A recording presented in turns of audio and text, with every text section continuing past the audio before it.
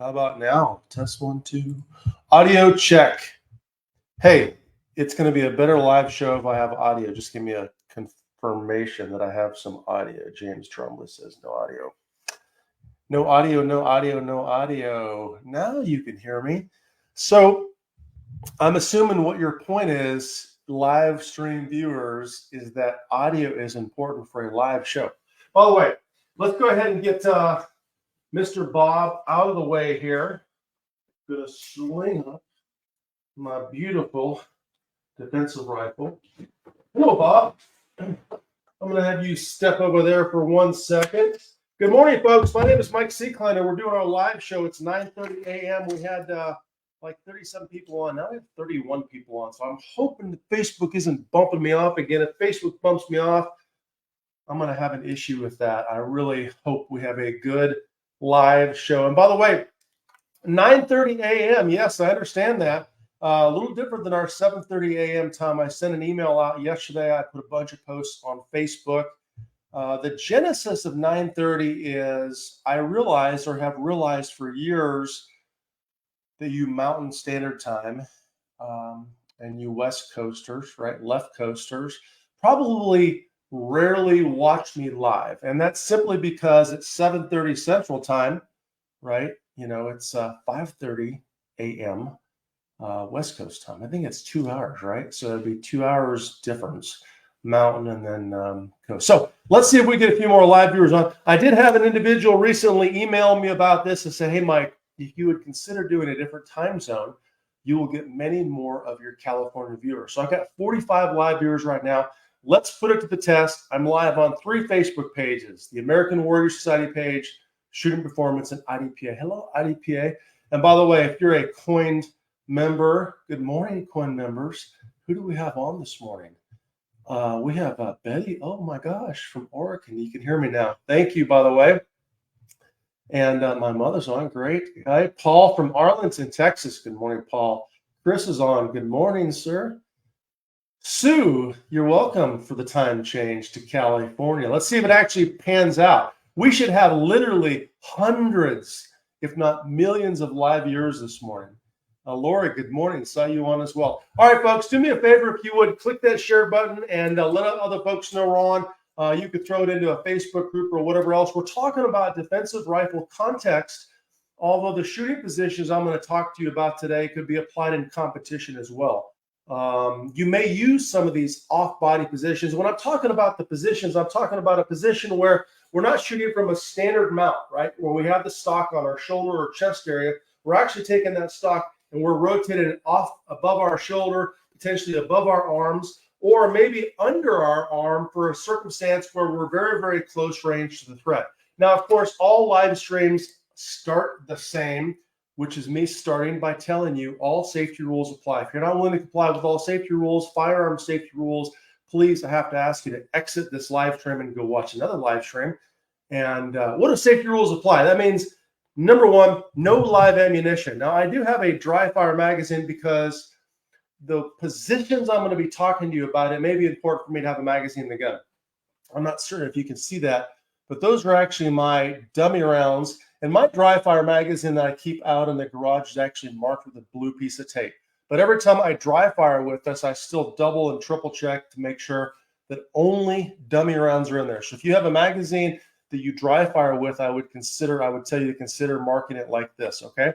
I have an unloaded and clear chamber with this rifle. Of course, with the rifle, sometimes we got to step into the position where we can truly see the chamber itself because, you know, it's not easy to see sometimes. And I've got a second rifle. Let me go ahead and double check this bad boy as well.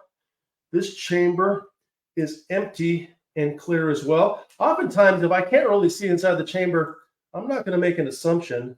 I'm going to get a flashlight and I'm going to light up that chamber. Now, I do have a secondary rifle on me because this has a variable optic and it's set up differently on the rifle itself. It's mounted differently. It's a different position. So the positions we're talking about shooting from will be affected by an optic on the rifle. Where your optic is, how big your optic is, whether or not you have a magnifier, all of those things matter in terms of the positions we're talking about.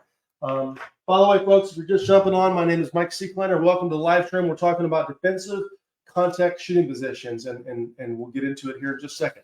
For those of you that haven't clicked the share button, please click the share button a couple times. At a minimum, click the like. If you click like, Facebook says, hey, it's important to people because these people are liking it and they show it to other people. Now, some news and updates. Last week, we were not booted from Facebook, but basically I was blocked. They put a sensitive content or violent content kind of shader over the live stream.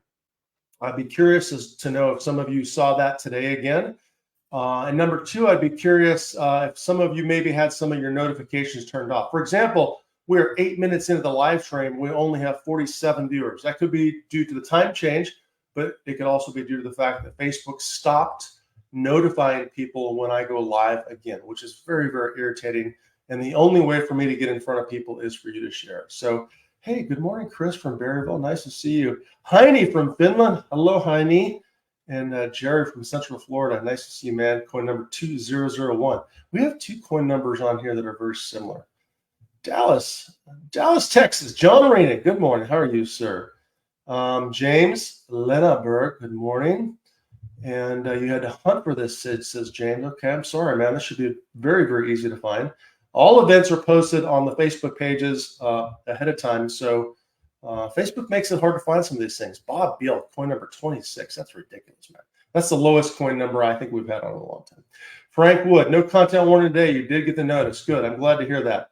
Hey, Randy. Georgetown, Texas is in the house. Adrian Muller, good morning from Knoxville, man. 197 is a low coin number 2. That's pretty darn cool. Adrian, nice to hear from you again. See you. Hey, Jim from Pennsylvania. Jenna, Phoenix, Arizona. And another Arlington, Texas. Carl, good morning. Good morning. All right, folks. So let's jump into it. Let me talk to you about the first things first. When we're talking about shooting defensive rifle, of course, in the last several shows, we talked about the mount position of the stock itself, which is going to be somewhat centered. I did a reminder show of what I call drop, drive, pull, press. So for those of you that missed that show, that means that once we mount the stock into the right position, we're going to be dropping the elbow, driving the shoulder into the gun, pulling the stock into our body, and pressing our cheek into the cheek weld, right? And that quick cheek weld position gets our eye in front of the dot so we can find it quicker and fire the gun faster. So the context today is very specific. Why would I ever fire the rifle, not speaking well this morning, from a position off of my shoulder? Like, when would I fire the gun from a position other than this, right?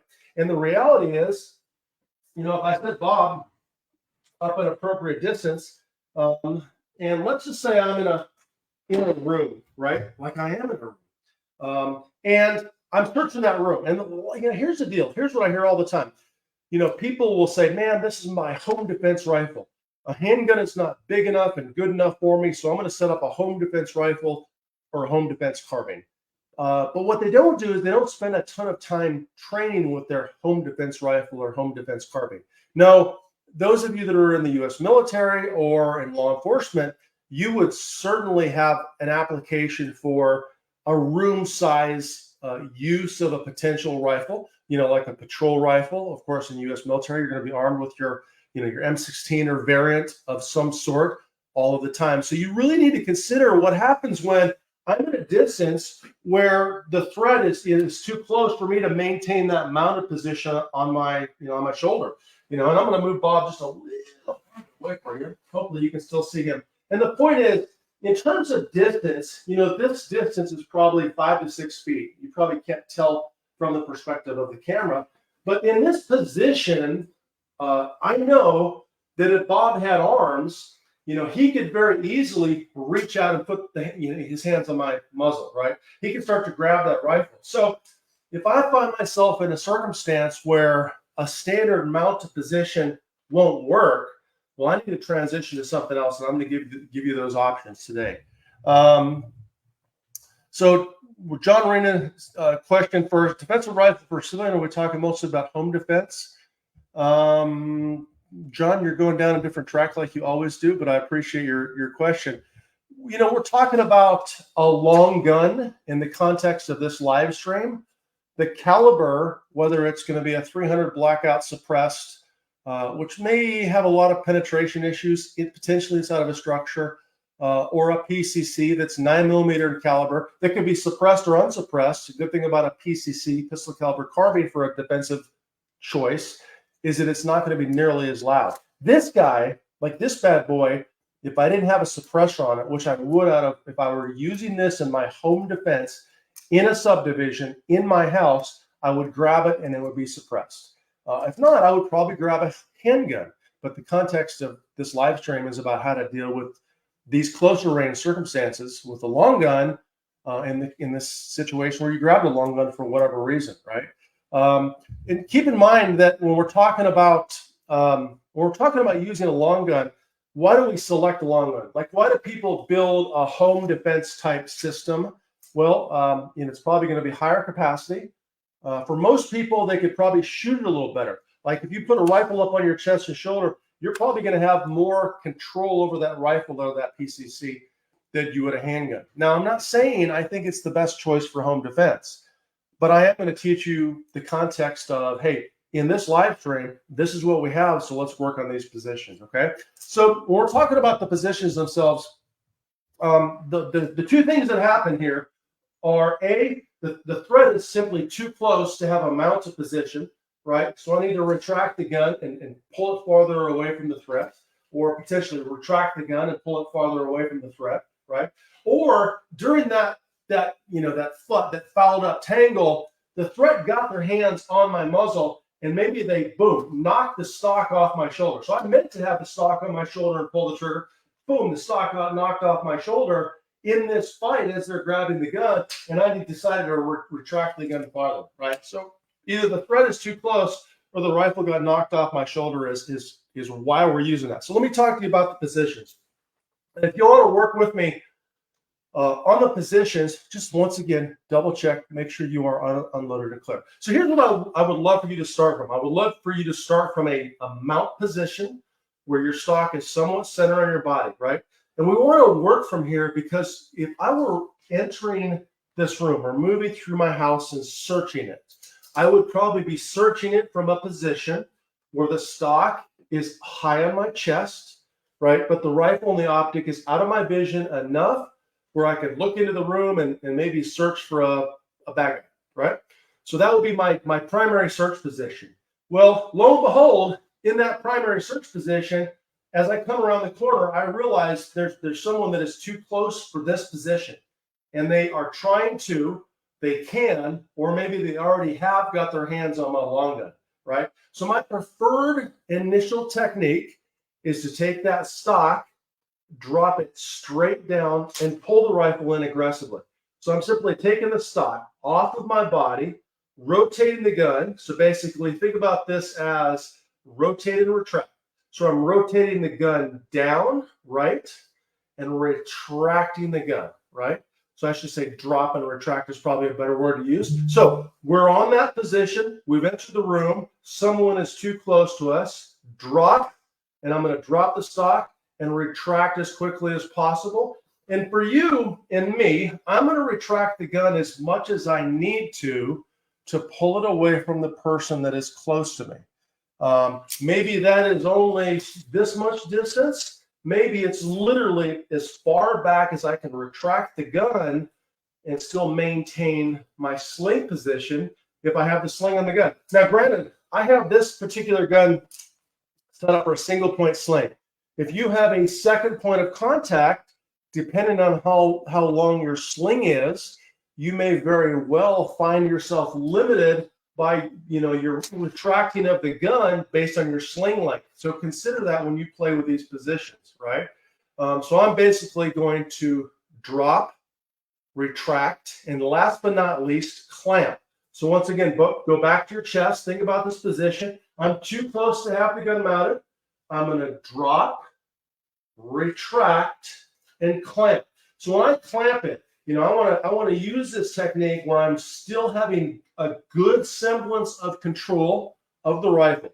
So I can control the rifle with my strong side arm, and I'm also clamping down really hard with my strong side upper arm, right? And this may allow me to have some semblance of control. So if I needed to, maybe I could try to knock a guy's hand off my rifle. Maybe I need to do this to reach up and move someone out of the way or whatever else. But the point is, I can control the rifle with this position. Okay. Now, when you're working this, I want you to think of this as not just a defensive position where you're trying to defend the long gun, but a shooting position as well. So if I'm searching my home, I'm always going to be riding that safety, right? Safety is probably going to be on when the rifle gets into a shooting position. Safety goes off, right?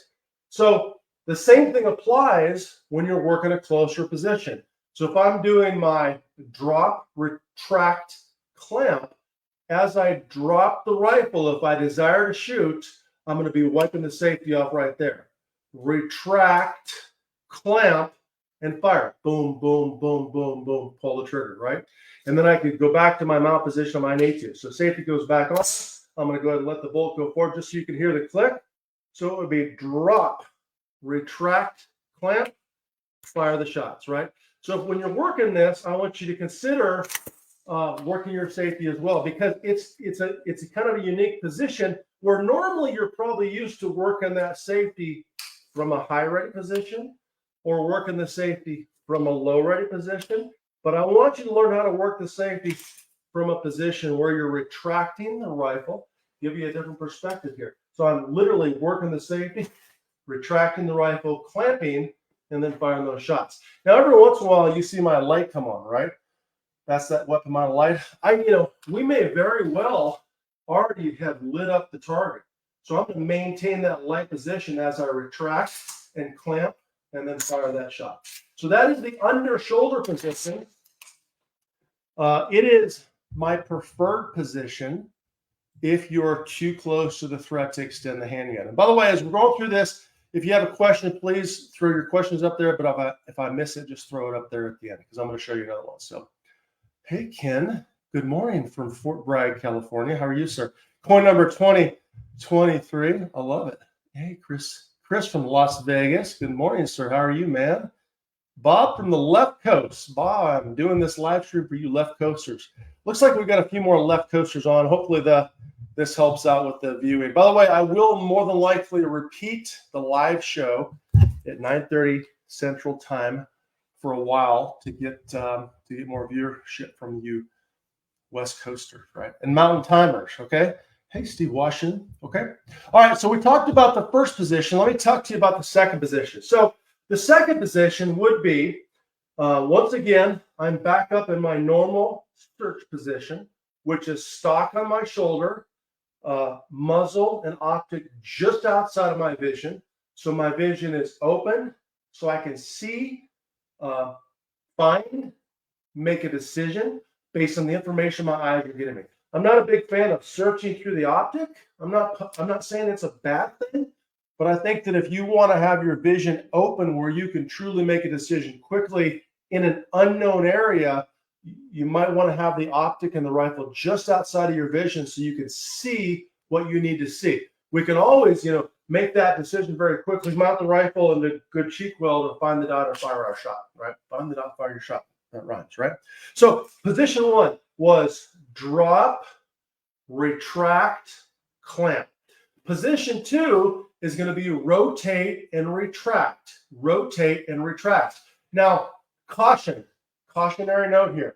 When you do this, depending on the position of the optic or your magnifier or anything on your rifle, this is one where you can very easily drive that optic up into your own face. So be careful when you're doing this. So this is going to be rotate and retract. So once again, I'm too close to the threat to maintain this position. He can get his hands on my gun. So I'm going to take the gun. I'm going to rotate the stock, right, and retract over the top of my shoulder. Now, how much or how little I retract, once again, is dictated and determined by the distance from this guy, right? So if I need to maybe just retract a little bit, maybe that's fine. Maybe I need to rotate and retract literally as far as I can. So I'm literally taking the gun, I'm rotating, and I'm retracting. Now, one more thing you might notice about this an interesting side note that you can work on a little bit is when I'm in this rotate and retract position, my muzzle also starts to come a little bit lower. So this might be a technique where I can change the angle of the muzzle, right, and potential shoot throughs in a circumstance where, let's say you, maybe you're in law enforcement, or civilians probably wouldn't do this a lot, but maybe you're in law enforcement in the military, and you're in contact with a bad guy trying to effect arrest or whatever else, and your partner's on the other side, but this dude is lethal. He's fighting it out with someone. He's got a knife out, whatever. This is a shooting circumstance, but you don't want to shoot this way because there's an unknown back there. There may be a teammate in a room and you just don't know where they are, right? Well, in this particular case, when I rotate the gun up right here, I can actually change the angle and be shooting at a somewhat downward angle. So now my shoot throughs may hit the body different, right? They may hit this guy differently, but I may create a lower angle shot, which allows me to keep this person in the unknown area safe. So once again, this is going to be rotate and retract. And I'm literally just taking the gun and I'm retracting it as far over my shoulder as I possibly need to. And by the way, for those of you that watched all my previous live streams with the PCC and the rifles, you notice we work an over-the-shoulder mount a lot. This is one of the reasons. Not only do I use, this technique as a movement technique, so I can run, but it's also a close quarter shooting technique. We didn't talk about that in the live show, right? Hey, by the way, let me pause it for a second and see who we have on this morning. We have a bunch of people on. We keep hitting 67, 64. Hey, Jason Shared. Good morning, sir.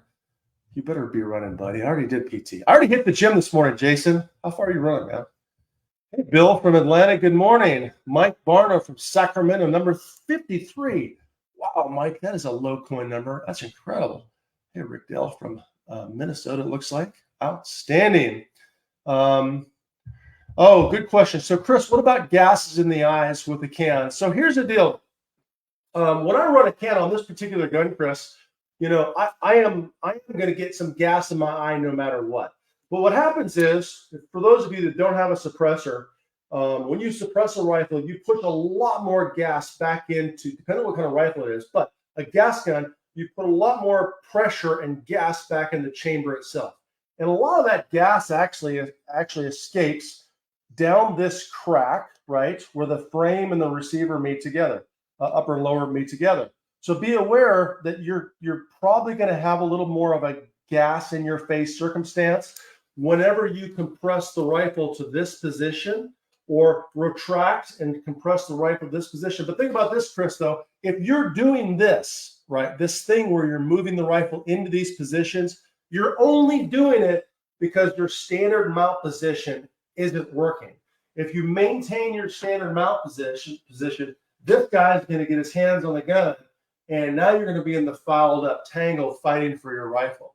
So yes, you may in fact eat a little more gas from the gun, from a suppressed gun, but for me, it doesn't matter because I'm only retracting the gun to these off-shoulder positions because the circumstance mandates it. If not, there's a good chance I'm going to lose the gun. Now, one more thing about the position. When I'm doing the rotate and retract, I'm literally rotating and retracting the gun as fast as I can. Be very mindful where your optic is. Be very careful of that. But I might also use this technique on maybe a close range threat to my left. Now, it doesn't work for a right-handed shooter to your right very effectively. You got to include some footwork. I'll talk about that briefly. But I might also take the rifle, realizing there's a threat at close range to my left, right? And rotate the stock directly over my arm. So now I can get into a close quarter boom boom shooting position off to the left, right? So you should have some versatility in how you shoot your rifle. You should be able to shoot it from many different positions, stock on your shoulder, different positions on your shoulder, but you should also be able to rotate the rifle and shoot it in close range positions too. And this is super important for all of you, all civilian shooters that are not in law enforcement, that you're not in the military. You're not going to go into close contact with humans in a room if you don't have to. but you decide you're going to defend your home with a defensive rifle. I mean, it seems to be like in the last 10 years, it's the cool thing to do, right? Everybody wants to set up a home defense rifle with a light and an optic and a suppressor and all these good things on it, which is cool, but we don't ever practice or think about the positions we may have to shoot from, right? Okay, so we talked about basically 3 positions, drop, retract, clamp, fire your shot, right? Rotate and retract, fire your shot, right? Or maybe rotate off to the side and fire your shot. Now, if I had to apply that same technique on the opposite direction, I don't like stepping to the rear, but the only way to create the distance would be to step to the rear if there's a threat in this direction. So if I had to create space, I may step to the rear aggressively and then rotate the gun right back into my close quarter shooting position. So there's a way for you to practice that technique as well, okay? Now, once you've learned these techniques, right, then you need to understand the next practice technique you should work on is driving the gun right back to your mount. So when I work close quarters, I may work a position where I retract the gun, right, pop, pop, pop, shoot a couple shots, and then I have another target that's maybe 10 yards away, and then I'm going to transition to the secondary target, build my mount, pop, pop, pop, fire a shot, right? So I may go retract, 1, 2, 3, mount, 1, 2, 3. So now you can work on transitioning from under the shoulder, off into position, over the shoulder, slide into position. You can work on transitioning from your close quarter shooting technique to a longer range shooting technique, okay? And Jason, I see you, a late bloomer, always behind me. You've never been behind me, man. Hello from Finland. I see you jumping on. Daniel, good morning to you. Four Corners region, Colorado. Good morning, Colorado. I love Colorado, by the way. Love it, love it, love it. Okay. Henu, what you'll use when you're running, for example, to cover or the next shooting position. So Henu, hopefully Henu Manula. Is that right? You have to tell me if that's pronounced right. It's got to be close. So here's your question is a little different than what we're covering today, but you're exactly right. This position, this close quarter shooting position, is also what I would use to move. So if I finished shooting from here and decided to move, I would retract the rifle, right? I would run, and then remount. So if I'm moving, I'm gonna retract the rifle over my shoulder, and now I can just swing my arms. Now, there's nothing wrong with doing this and swinging your arms, right? You could do this as well. I tend to Henu. I tend to move. When I move, I go over my shoulder. I can hold the elbow, and I can really swing my arms, and I can rotate into that shooting position very fast. So I prefer an over to the shoulder running position. But like I said, you can also tuck the gun under your shoulder, run, slide up into position. No matter what, I want you to have versatility in your mount. So if you're running a long gun, I want you to be really good at mounting the rifle, right, to a standard position. I want you to be really good at mounting the rifle from a muzzle high position. I want you to be really good at mounting the rifle from a close quarter position. I want you to be able to mount the rifle from an over the shoulder close quarter position, right? So all of these things, all of these versatilities, when you're running a long gun, are much like with a handgun, being able to, step and draw, pivot and draw, draw to kneeling, maybe draw to prone, although that's a little bit more specialized, if that makes any sense, okay? Adrian, nice to see you on. Have a great day, man. I appreciate that. And Sue, thank you for watching. I appreciate your comment as well. By the way, I appreciate you pointing that out. Once again, always 100% full content and always 100% free. There you have it, folks. I think I'm the only instructor on the planet that has been doing live streams for free, full content, not just a tidbit, full 1-hour shows for almost 7 years, 8 years now. 7, 8 years now. All right, folks, we talked about close quarter positions. Let me check my notes here. I do want to talk about one more thing, and then I'll open it up a little bit for some Q&A. This is in the form of a question. Are muzzle strikes viable with any handgun, rifle, or weapon system? And here's the deal. When I say that, imagine I got really close to a guy and I realize he's reaching for the muzzle of my gun. A lot of times when I'm working the technique, I will actually reach out and I will strike a bob and a retract. So I'm working on basically, I got too close. Things are happening very, very quick. I want to drive, boom, rifle in, retract, and fire, right? So once again, you can do it to the retraction position, retract, boom, boom. So I want to go retract, strike, retract. So I'm just working the ability, strike and retract, strike and retract. And the reason I do that is if someone gets their hands on the front of my handgun or rifle, excuse me, I can try to loop off. There's a looping technique you can use. To be honest, it doesn't work great if someone's really strong and they're really tangling up with you. Number two, oftentimes just by dropping the stock down and pulling the gun back, when a guy's grabbing a hold of your rifle and trying to push it, when you pull it back, that a lot of times that centers the rifle, believe it or not, back up with their body. If they're grabbing your rifle, for me, in most cases, it's lethal force.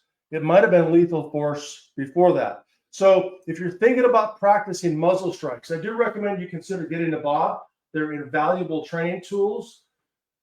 All muzzle strikes are potential lethal force. So you should not be striking someone with the muzzle of a firearm unless you're warranted to use lethal force. And you may say, well, Michael, why not just shoot them in the first place? Well, you might.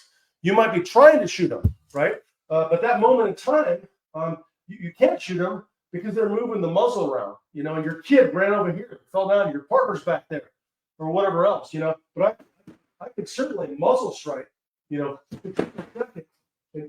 I can build my position and fire that next shot. So consider integrating some muzzle strikes in combination with these positions you're building, right? Think outside the box a little bit. Think of all of the things that you might have to do to defend the rifle, get into a shooting position, and then maybe even transition into a longer range shooting position, right? Guys in law enforcement and the military, you may have to go from a really close range threat to now corner the room distance threat where you want to aim the gun again. So work on those skills, right? Put those together, right? So Chris, I would say, I don't know if I would word it exactly like that. I would word it like this.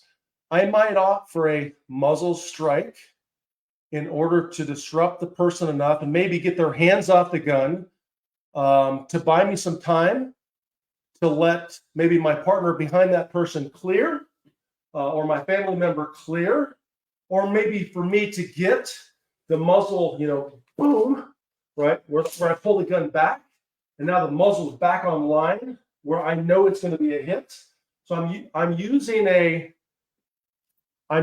muzzle strike, right, which should be considered lethal force, and you might be using it in a non-lethal manner. And I'll give you another great example. We always say when you're using a muzzle strike, you should consider that lethal force because the potential that the gun's going to go off.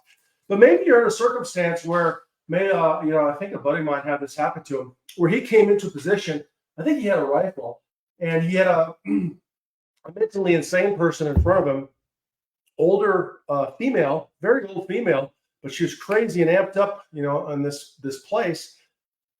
Come at it, right? So his options, she's assaulting him. He's armed. He's, maybe he could say for weapon retention purposes, I should have fired. But instead, he did a quick pop muzzle strike and knocked her to the ground. So we should always remind ourselves that a muzzle strike is potential lethal force.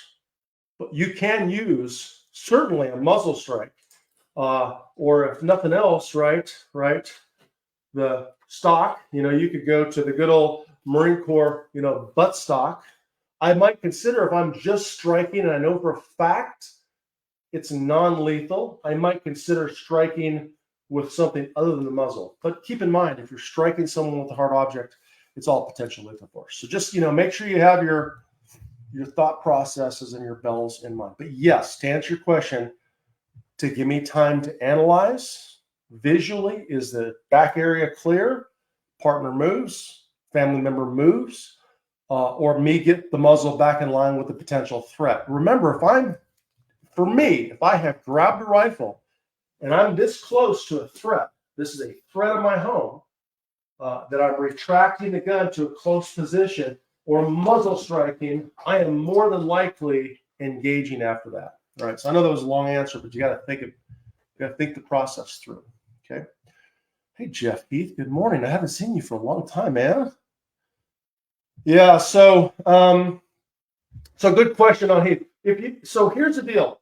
I would, whether you're doing a 2-point or single point, the real truth is, for me, because I don't climb on a lot of things, a single point sling is very fast. It's very quick for me to do different things. But the single point would not be a good climbing thing, or maybe a good patrol to contact thing. If I were back at patrol, I would go back to a 2-point, and I would leave that 2-point pretty loose, and I probably would have it in a house around my neck. So if I needed to, I could very quickly transition to a secondary weapon. Or if I had to, I could switch shoulders very easily to the other shoulder. I'm not saying that's a great technique for most people, but it would give me those options. So Jeff, to answer your question, I would have a pretty loose sling that gave me a lot of rifle mobility. And then I would tighten that sling up as necessary to climb on things, to get into vehicles, to effect arrest, to assist a family member or whatever else. But I prefer a little bit looser sling position, right, which gives me the option to do different things with the rifle, right, transition to the other shoulder, right, maybe transition to a handgun. I can do a lot of things with a little bit looser sling position than a tighter sling position. So Jeff Heath, nice to see you on, by the way. Jerry, thank you for your comments, sir. I appreciate that. James, once again, single point, 2-point. I will tell you the real serious guys in law enforcement and the military probably have a 2-point because they sling, they tie the gun down, they climb. They have to have that ability. The single point won't give you that ability. Although, like the Magpul, you could have a second attachment point. I could run it as a single point, and I could quickly transition this sling from a single point to a 2-point. I would say for a civilian defender that's not doing a lot of climbing, that wants to be able to switch shoulders, that just wants to be able to quick sling a rifle, for most circumstances, a single point sling would be perfectly effective with the right attachment point. If you're a little bit more serious line of work, maybe you're hunting in the mountains a lot, maybe you're going to be on a vehicle a lot where you need to take the rifle, tighten the sling down, and transition it over to your back, right? Probably a good 2-point sling. Just remember, there's some limitations with a 2-point sling, just like there's some limitations with a single point sling as well. Okay. All right, guys, gals. Let me see what else I have on here. Oh, wow, Randy, thank you for reading that book. I hope you enjoy it. By the way, the defensive rifle training book is kind of the hidden gem out there. Actually, my buddy Rich Brown helped me edit it and write portions of it.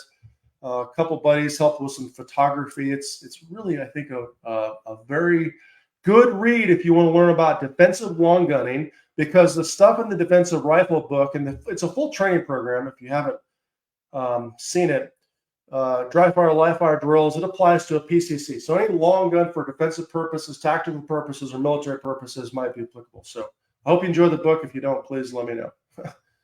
All right, folks. That's all I have. 9:30 a.m. start time. I would love to know if you have a chance, if you're some of the 50-some viewers watching this, or maybe watching later on. If you like the 9:30 start time, let me know. More than likely, I will probably stick to it. We didn't hit 100 today, folks, which is kind of disappointing. But to be honest with you, I think it's back to the Facebook potentially throttling me back again as always. Whatever, no big deal. For those of you that are on Livefire that are watching this right now, watch me this morning and join me.